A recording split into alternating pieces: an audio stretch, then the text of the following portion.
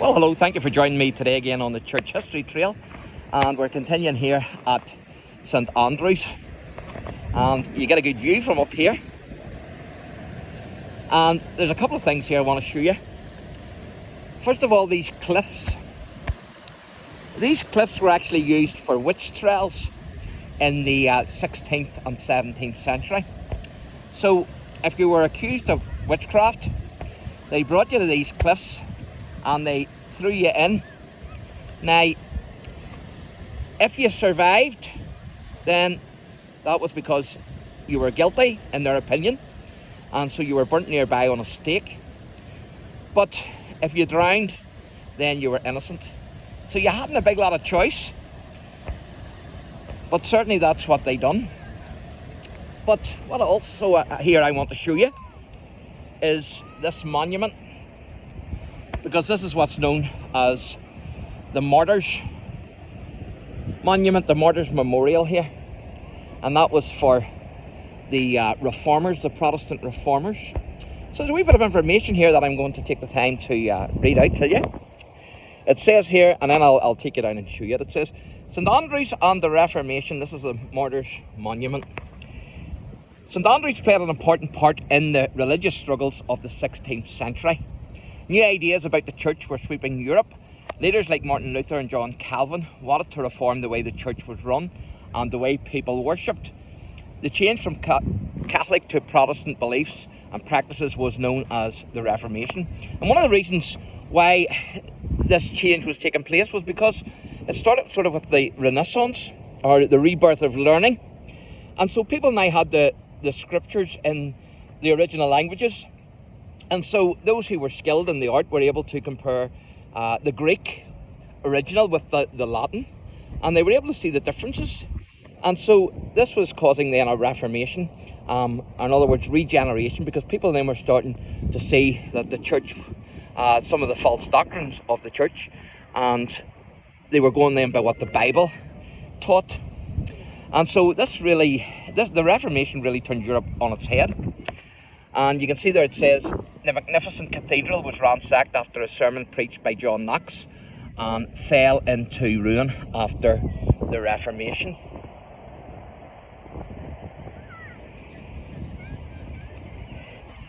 It says, St Andrews was the centre of religious power in Scotland. It became the focus for conflict over these new ideas. Well, there were new ideas because they weren't used to them, but it was getting back to the Bible, of what the Bible taught. It says here the bishop's castle was besieged and the ground cathedral was destroyed. Scotland officially became a Protestant country in 1560, and of course there were a lot of things wrong with the Reformation as well, but certainly they were trying to get back to what the Bible taught. And it says here the martyrs. It was dangerous to spread new religious ideas. The 4 men named here were put to death in St Andrews for their faith. Patrick Hamilton was the first Protestant martyr in Scotland. He learned the teachings of Luther while studying on the continent and promoted these ideas when he returned home. He was burned to death at St Andrews in 1528. And you can see the initials PM, Patrick Hamilton, and the cobblestones outside the University Chapel mark the spot of Patrick Hamilton's death. There's a tradition among students that anyone who stands on the initials will fail their degree, which of course is superstition. That's PH, Patrick Hamilton. So I hope to be able to take you there and show you that.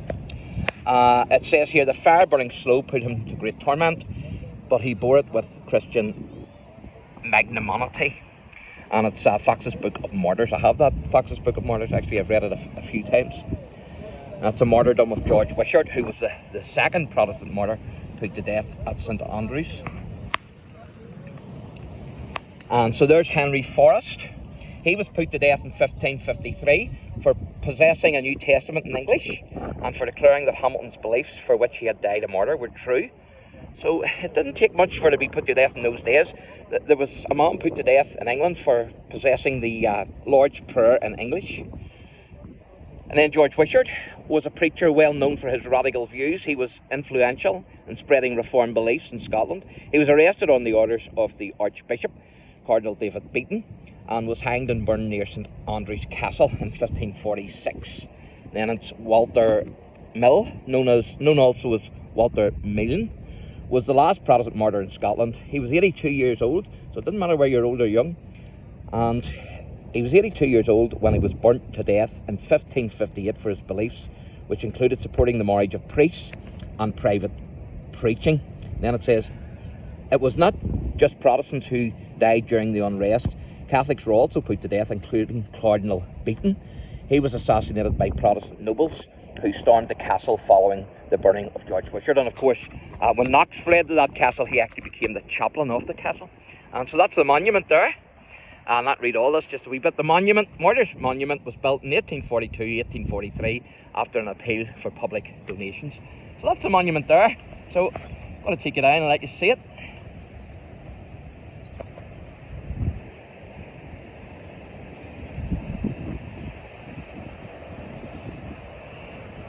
Brave size of a monument.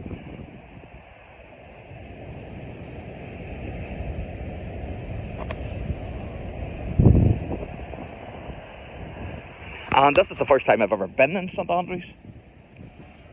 And I've always wanted to come, especially to see the castle where Knox was the chaplain. That says, in memory of the martyrs, Patrick Hamilton, Henry Forrest, George Wishart, Walter Mill.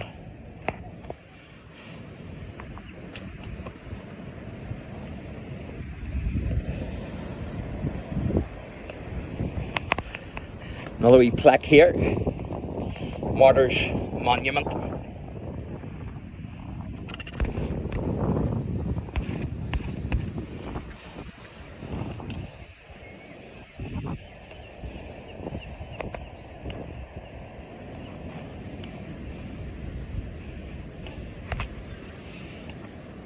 Now you can see, if you can make that out, I don't know if you can with a light, but I can read it okay. It's in memory of the martyrs, Patrick Hamilton, Henry Forrest, George Wishart, Walter Mill, who in support of the Protestant faith suffered death by fire at St Andrews between the years, and you can make them out, I'm not going to count them up.